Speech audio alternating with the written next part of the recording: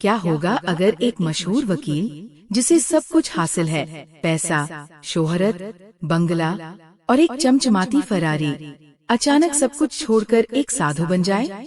The monk who sold his Ferrari सिर्फ एक कहानी नहीं है, बल्कि एक जीवन बदल देने वाला संदेश है, जो हमें सिखाता है कि असली सफलता अंदर की शांति और आत्म संतुलन में छुपी होती है। इस प्रेरणादायक यात्रा में जानिए जूलियन मैंटल की कहानी, जिसने भौतिक सुखों को त्याग कर आत्मज्ञान की राह चुनी और हमें सिखा गया कि सच्चा अमीर वही है जो खुद को जानता है। भाग 1।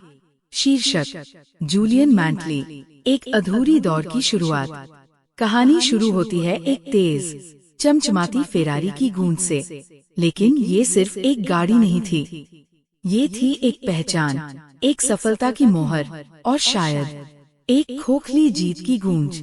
जूलियन मैंटली, अमेरिका का सबसे मशहूर और तेज वकील, हर कोर्ट केस को जीतने वाला, हर शाम पार्टी में छा जाने वाला और हर सुबह अपने क्लाइंट्स की भीड़ में डूब जाने वाला एक शख्स। उसकी जिंदगी में सब कुछ था, नाम, पैसा, प्रतिष्ठा, लेकिन नहीं था तो सुकून, चैन और खुशी। एक दिन सब कुछ बदल गया। कोर्टरूम में जूलियन बहस के बीच था, उसकी आवाज गूंज रही थी। तभी उसके चेहरे पर पसीना आया, फिर दिल पर हाथ, और वो जमीन पर गिर पड़ा। यह उस तेज रफ्तार जीवन की ठोकर थी जिसने उसे रुकने पर मजबूर कर दिया। 3 महीने तक वो दुनिया से गायब रहा। कोई नहीं जानता था कि जूलियन कहाँ गया, किस हाल में है। और फिर एक दिन, सालों बाद, वो लौटा, पर अब वो नहीं था। ना फेरारी थी, ना सूट बूट। अब वो साधारण वस्त्रों में था, चेहरा शांत, आंखों में चमक, मानो अंदर कोई लौ जल रही हो। जूलियन, तुम क्या सच में वही हो? हाँ, जूलियन बोला, मैं वही हूँ। पर अब मैं जानता हूँ कि असली दौलत क्या है। इस भाग के अंत पर श्रोता के मन में सवाल उठता है, जूलियन कहाँ गया था? क्या खोजा उसने हिमालय में? कैसे उसने पाया वो ज्ञान जो उसकी जिंदगी ही नहीं, दूसरों की भी बदल सकता है? भाग 2। शीर्षक: हिमालय की ओर, तलाश एक नए जीवन की। जूलियन मैंटली के जीवन की दिशा अब बदल चुकी थी। जिस आदमी ने कभी सफलता को डॉलर में तोला था, अब वो आत्मा की शांति ढूंढने निकला था, हिमालय की गोद में, भारत की रहस्यमयी धरती पर। मैंने सब कुछ खो दिया था, जूलियन कहता है, और तब मैंने जाना, सब कुछ खो देना ही असली शुरुआत होती है। कई महीने तक वो भारत के गांव-गांव, आश्रम भटका, कभी किसी योगी से मिला, कभी किसी साधु से, पर असली शांति वो अभी भी दूर थी। फिर एक सुबह, जब सूरज हिमालय की चोटियों पर अपनी किरणें बिखेर रहा था, उसे एक बूढ़े साधु मिला, सफेद वस्त्र, कमर में कमंडल और चेहरे पर एक अनोखी आभा। साधु बोले, तुम्हें जिसकी तलाश है वो यहाँ नहीं, वो है सिवाना के संतों के पास, लेकिन वहाँ जाना आसान नहीं। तुम्हें अपनी देह, मन और आत्मा को साधना होगा। जूलियन ने हर परीक्षा स्वीकार की, ठंड से लड़ाई, भूख से दोस्ती, मौन से साक्षात्कार। फिर एक दिन वो पहाड़ों की ऊंचाइयों में पहुंचा, जहां फूल खिलते थे पर इंसान मुश्किल से पहुंचते। वहीं उसे मिले संत सावन और सिवाना के ज्ञानी संत। उनकी आंखों में सैकड़ों वर्षों का ज्ञान था, उनकी बातों में था शांति का रस, और उनकी मुस्कान में ईश्वर का दर्शन। संत सावन बोले, तुम तैयार हो, पर क्या तुम वो सब त्याग पाओगे जिसे अब तक तुमने अपना जीवन समझा? जूलियन ने नजरें झुकाई और धीरे से बोला, मैं अब जीवन नहीं, स्वयं को समझना चाहता हूँ। अब उसकी यात्रा शुरू होने वाली थी, एक मानसिक क्रांति की यात्रा। सिवाना के संतों से उसे क्या मिला? वो कौन से 7 ज्ञान के सूत्र थे जो जीवन को बदल सकते थे? अगले भाग में सिवाना की 7 शिक्षाएं, जीवन का सार। भाग 3। शीर्षक: सिवाना की 7 शिक्षाएं, जीवन बदलने वाला रहस्य। जूलियन अब सिवाना के संतों के बीच था, वो जगह जहाँ लोग जीवन से नहीं, आत्मा से बात करते थे, जहाँ हर दिन एक साधना था और हर पल एक ध्यान। एक सुबह संत सावन ने उसे बुलाया। वो उसे एक हरे भरे बगीचे में ले गए, जहाँ फूल खिले थे, पर हर फूल एक प्रतीक था। संत सावन बोले, अब मैं तुम्हें सिखाऊंगा सिवाना की 7 दिव्य शिक्षाएं, जिन्होंने हमारे जीवन को अर्थ दिया और तुम्हारा जीवन बदल सकते हैं। शिक्षा 1, मन का बगीचा। संत बोले, मानव मन एक बगीचे की तरह है। अगर तुम उसमें सुंदर विचारों के फूल नहीं लगाओगे, तो उसमें चिंता और डर की झाड़ियाँ उगाएंगी। हर दिन 10 मिनट मौन ध्यान करो। अपने विचारों की रखवाली करो, जैसे कोई माली अपने गुलाबों की करता है। शिक्षा 2, उद्देश्य का मतलब, पर्पस ऑफ लाइफ। बिना लक्ष्य के जीवन नाव के बिना समंदर में भटकती किश्ती है। अपना एक बड़ा लक्ष्य चुनो, जो तुम्हें सुबह उठने की वजह दे। धारणा तकनीक अपनाओ। अपनी कल्पना से अपने लक्ष्य की तस्वीर बनाओ और रोज उस पर ध्यान केंद्रित करो। शिक्षा 3, समय का सम्मान। हर दिन खुद को थोड़ा बेहतर बनाओ। वक्त सबसे बड़ा धन है, एक बार चला गया फिर लौटेगा नहीं। हर दिन कुछ नया सीखो। अपने शरीर, मन और आत्मा को रोज विकसित करो। शिक्षा 4, आत्म अनुशासन, सेल्फ कंट्रोल। शक्ति सिर्फ बाहरी मांसपेशियों में नहीं होती। शक्ति होती है उस व्यक्ति में जो ना कहना जानता है। व्रत की शक्ति अपनाओ। छोटी छोटी इच्छाओं पर नियंत्रण रखो, यही आत्मबल बनाता है। शिक्षा 5, दूसरों की सेवा, सर्व अदर्स। सच्ची खुशी दूसरों को देने से मिलती है। जो ज्ञान तुमने पाया उसे बांटो। हर दिन कम से कम एक अच्छा कार्य बिना अपेक्षा के करो, यही तुम्हारी आत्मा को पवित्र करेगा। शिक्षा 6, वर्तमान में जीना। हम या तो अतीत के दुख में जीते हैं या भविष्य की चिंता में, पर जीवन सिर्फ अभी में है। हर काम को पूर्ण ध्यान और श्रद्धा से करो, ये साधारण को भी असाधारण बना देगा। शिक्षा 7, सरल जीवन, महान सोच, सिंप्लिसिटी। कम में भी बहुत कुछ है। जहाँ लालच नहीं, वहीं संतोष है। सादा खाओ, सादा पहनो, पर ऊंचा सोचो, तभी आत्मा मुक्त होती है। जूलियन ने इन 7 सिद्धांतों को जीवन में अपनाना शुरू किया। हर दिन उसका चेहरा शांत होता गया और आत्मा प्रबुद्ध। अब वो वापस लौटने के लिए तैयार था, लेकिन इस बार दुनिया बदलने के लिए, ना कि उसमें खो जाने के लिए। जूलियन की वापसी। अब वो गुरु बन चुका था। भाग 4, जिसमें जूलियन अपने दोस्त को ये सभी ज्ञान बांटता है और एक पूरी पीढ़ी को रोशनी देता है। भाग 4, शीर्षक, जूलियन की वापसी, एक साधु की शिक्षा, एक दोस्त की खोज। सालों बाद जब जूलियन अचानक अपने पुराने दोस्त जॉन के ऑफिस में आया, तो वो कोई वही पुराने समय वाला हाई प्रोफाइल वकील नहीं था। अब उसकी आंखों में चमक थी, चेहरे पर स्थिरता और दिल में एक रहस्य था। एक ऐसा रहस्य जो वो अब बांटना चाहता था, जॉन से और दुनिया से। जॉन उसे देखकर स्तब्ध रह गया। तुम सच में जूलियन हो? जूलियन मुस्कराया। हाँ जॉन, वही जूलियन, पर अब सिर्फ नाम वही है। जीवन बदल चुका है। फिर रात के अंधेरे में 2 दोस्तों के बीच एक अनोखी बातचीत शुरू हुई। कॉफी के मग के बीच जीवन के राज छलकने लगे। जूलियन ने अपने हिमालय के अनुभवों को कहानी में ढालकर बताया। वो हर सिद्धांत को एक रूपक, मेटाफोर के जरिए समझाने लगा। बगीचे में खिले फूल, मन की शांति, पहाड़ की चोटी, लक्ष्य की प्राप्ति, मोमबत्ती, आत्म अनुशासन की ज्वाला और बहती नदी, वर्तमान में जीने की कला। जॉन सुनता गया और उसका मन बदलता गया। जूलियन ने उसे कहा, अगर तुम वाकई जीवन से थक चुके हो, तो परिवर्तन बाहर नहीं, भीतर से शुरू होता है। और फिर उसने एक डायरी दी, जिसमें वो 7 दिव्य सिद्धांत लिखे थे। हर दिन इसे पढ़ो और एक सिद्धांत पर अमल करो।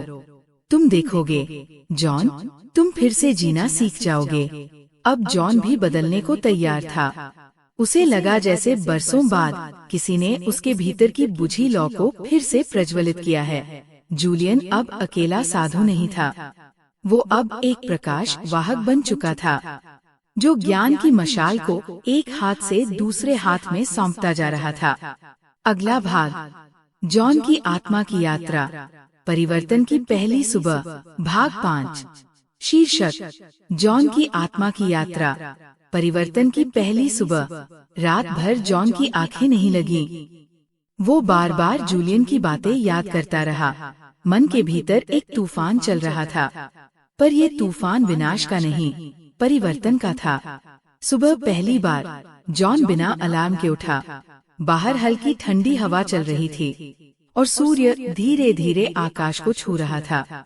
उसने अपनी डायरी खोली, जिसमें लिखा था, मन का बगीचा, अपने विचारों का माली बनो। जॉन ने पहली बार 10 मिनट मौन ध्यान किया। आंखें बंद थी, पर भीतर का दृश्य साफ होता जा रहा था। उसे अपनी अशांति का कारण समझ आने लगा। वो बाहरी सफलता के पीछे दौड़ते हुए अंदर से खोखला हो गया था। दिन भर जॉन ने अपने भीतर के हर विचार पर ध्यान देना शुरू किया। कोई नकारात्मक विचार आता तो वो उसे सकारात्मक विचार से बदल देता। डर आता तो साहस की याद दिलाता।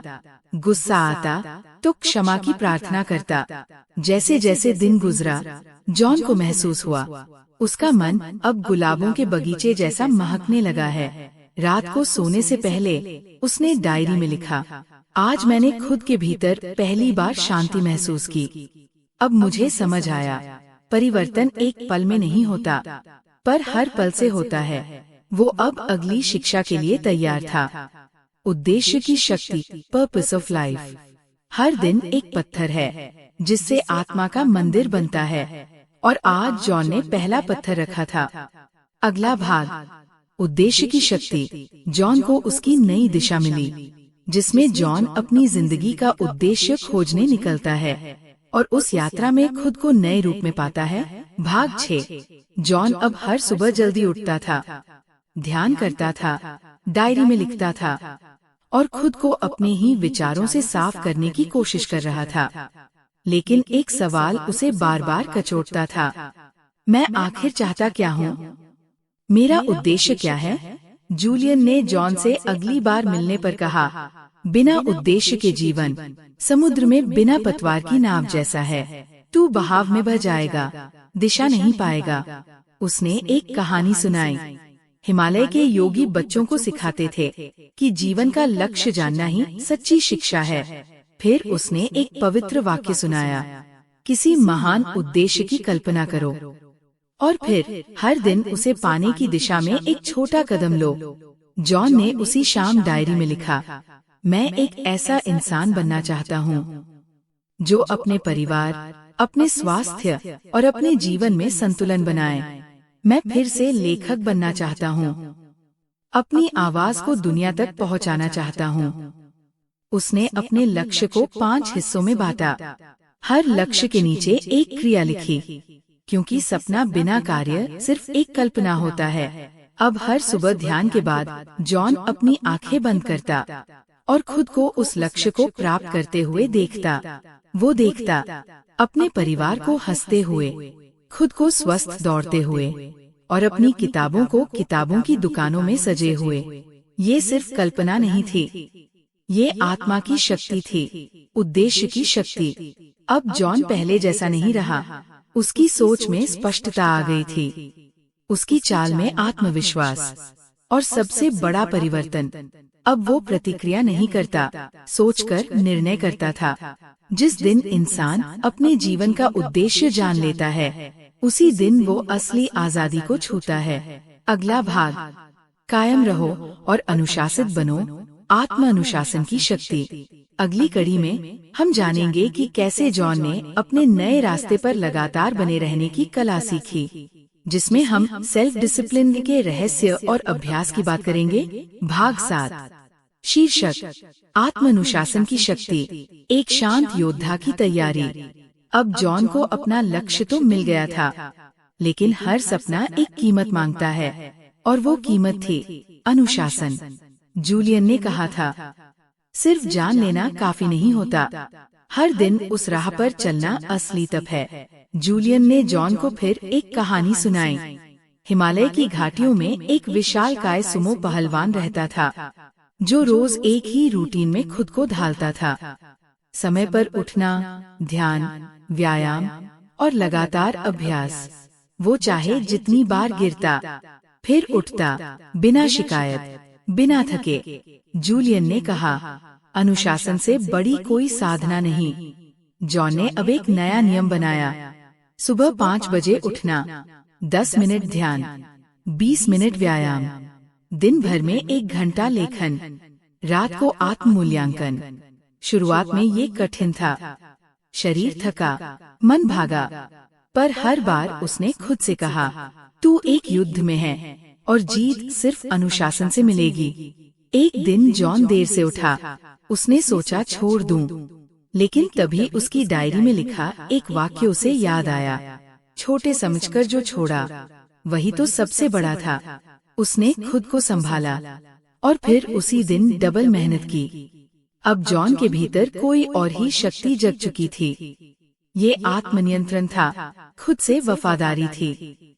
रात को जॉन ने लिखा, आज मैंने खुद को अपने आलस से लड़ते देखा और जीत मेरी थी। अब मुझे यकीन है, मैं जो बनना चाहता हूँ वो बन सकता हूँ।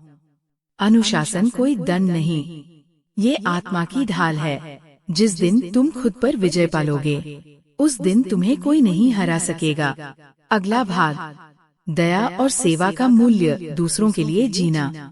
आने वाले भाग में हम जानेंगे कैसे आत्मविकास का असली फल तब मिलता है जब हम दूसरों के जीवन को भी रोशन करते हैं, जिसमें जॉन आत्मसेवा से परे परोपकार की राह पर आगे बढ़ता है। भाग 8, शीर्षक, दूसरों के लिए जीना, सेवा की शक्ति। जॉन अब खुद को बेहतर बना चुका था।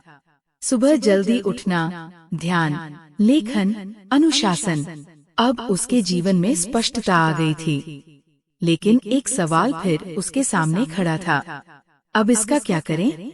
जूलियन मुस्कराया और बोला, जो दिया गया है वो बांटने के लिए है। सच्चा संतोष तब आता है जब हम किसी और के जीवन में रोशनी बनते हैं। जूलियन ने एक आखिरी कहानी सुनाई। एक साधु ने एक बार एक गरीब किसान को समय, ध्यान और प्रोत्साहन दिया। किसान ने फिर खेत संवारा, फसल उगाई और पूरा गांव तृप्त हो गया। एक व्यक्ति के बदले जीवन ने सैकड़ों को भोजन दिया। जॉन को ये बात भीतर तक छू गई। उसे समझ आया, खुद की सफलता तब अधूरी है जब वो सिर्फ खुद के लिए हो। उसने निर्णय लिया, हर हफ्ते अपने शहर के गरीब बच्चों को लेखन और संवाद की क्लास देगा। वो जानता था ये बड़ा काम नहीं था, लेकिन एक शुरुआत जरूरी थी। पहले दिन सिर्फ 3 बच्चे आए, लेकिन जब उसने उन्हें कहानियां सुनाई, उनकी आंखों में जिज्ञासा की चमक देखी, तो जॉन को पहली बार एक अलग खुशी का अनुभव हुआ। अब जॉन हर दिन सिर्फ अपने लिए नहीं जागता था। उसकी ऊर्जा, उसकी खुशी, उसका ज्ञान अब दूसरों के जीवन को बदलने के लिए बह रहा था। जब हम किसी और के दर्द को कम करते हैं, तो ईश्वर हमारे जीवन को और अर्थपूर्ण बना देता है। सेवा कोई बोझ नहीं होती, सेवा आत्मा का संगीत है। जिस दिन हम किसी और की मुस्कान की वजह बनते हैं, उस दिन हम इंसान से ऊपर उठ जाते हैं। अगला भाग, समय का सम्मान, हर पल की कीमत। अगले भाग में जानेंगे कि कैसे समय को साधना ही हमें जीवन में असली सफलता और शांति दोनों देता है, जिसमें हम सीखेंगे टाइम मास्टरी की गूढ़ बातें और वो सूत्र जो हर महान व्यक्ति को साधारण से असाधारण बनाता है। भाग 9, शीर्षक, समय का सम्मान, हर पल की कीमत। अगर जीवन एक किताब है तो समय उसकी स्याही है। जूलियन ने जॉन से कहा, तुम हर चीज पा सकते हो, लेकिन अगर समय को खो दिया तो सब कुछ होते हुए भी कुछ नहीं बचेगा। जूलियन ने अपनी छोटी सी घड़ी दिखाई, पर ये कोई सामान्य घड़ी नहीं थी। इस पर लिखा था, live this hour like it's your last. इस घंटे को ऐसे जियो जैसे ये आखिरी हो। तुम्हें जीवन नहीं बदलना होता, सिर्फ हर घंटे को महत्व देना होता है। अब जॉन ने एक नई रणनीति अपनाई। 1. सुबह 5-7 खुद के लिए ध्यान, पढ़ना, लेखन। 2. 7-9 सबसे कठिन काम। 3. हर 60 मिनट पर 5 मिनट ब्रेक। 4. रात को 15 मिनट आत्मसमीक्षा। जब आप समय को बांटना सीख जाते हैं, तब समय आपको उपहार में जीवन देता है। एक दिन जॉन सोशल मीडिया पर 2 घंटे बर्बाद कर बैठा। उसे गुस्सा आया खुद पर। तभी जूलियन ने कहा, हर वो समय जो बिना उद्देश्य बीता, वो तुम्हारे जीवन से चुरा लिया गया है। ये सुनकर जॉन फिर से ट्रैक पर आ गया। उसने हर मिनट को ध्यान, काम और प्रेम से भरना शुरू किया। अब जॉन जान चुका था, अगर मैं हर दिन को पूरा जी लूं, तो मेरा जीवन अपने आप महान बन जाएगा। समय कभी रुकता नहीं, पर तुम रुक सकते हो, सोच सकते हो, समझ सकते हो, और फिर हर पल को एक नया जीवन दे सकते हो। जो समय को अपना बना लेता है, वो भविष्य का निर्माता बन जाता है। अगला भाग, कभी हार मत मानो, जीवन एक यात्रा है। अब अंतिम अध्याय में जॉन पूरी यात्रा को समझता है और जानता है कि जिंदगी में हार नहीं होती, बस सीख होती है। भाग 10, अंतिम भाग। शीर्षक, कभी हार मत मानो, जीवन एक यात्रा है। जॉन अब बदल चुका था। वो वही इंसान था, पर अब उसका मन शांत था। उसकी आत्मा जाग चुकी थी। जूलियन ने कहा, तुमने अब तक जो सीखा है, वो जीवन भर तुम्हें रोशन करता रहेगा। लेकिन एक आखिरी बात याद रखो, कभी हार मत मानो। जूलियन ने समझाया, जीवन एक पहाड़ की तरह है। हर कदम पर थकावट, डर और गिरने का डर होता है, लेकिन जो चढ़ता जाता है, वो अंत में ऊपर से नीचे की सुंदरता को देखता है। हारना तभी होता है जब तुम चलना बंद कर देते हो। एक समय था जब जॉन का जीवन अंदर से खाली था। बाहर से सब कुछ था, पर भीतर अंधेरा। अब वो जानता था, अगर अंदर रोशनी हो, तो बाहर का अंधकार भी राह दिखाता है। उसने खुद से वादा किया, हर दिन कुछ नया सीखेगा, कभी शिकायत नहीं करेगा और कभी हार नहीं मानेगा। खुशी मंजिल नहीं, एक रास्ता है। सफलता दौलत में नहीं, उद्देश्य में है। संतोष बाहर नहीं, अपने भीतर है। हर किसी के जीवन में एक मोड़ आता है जहां हमें तय करना होता है, हम पुरानी आदतों के गुलाम बनेंगे या नए आदर्शों के निर्माता।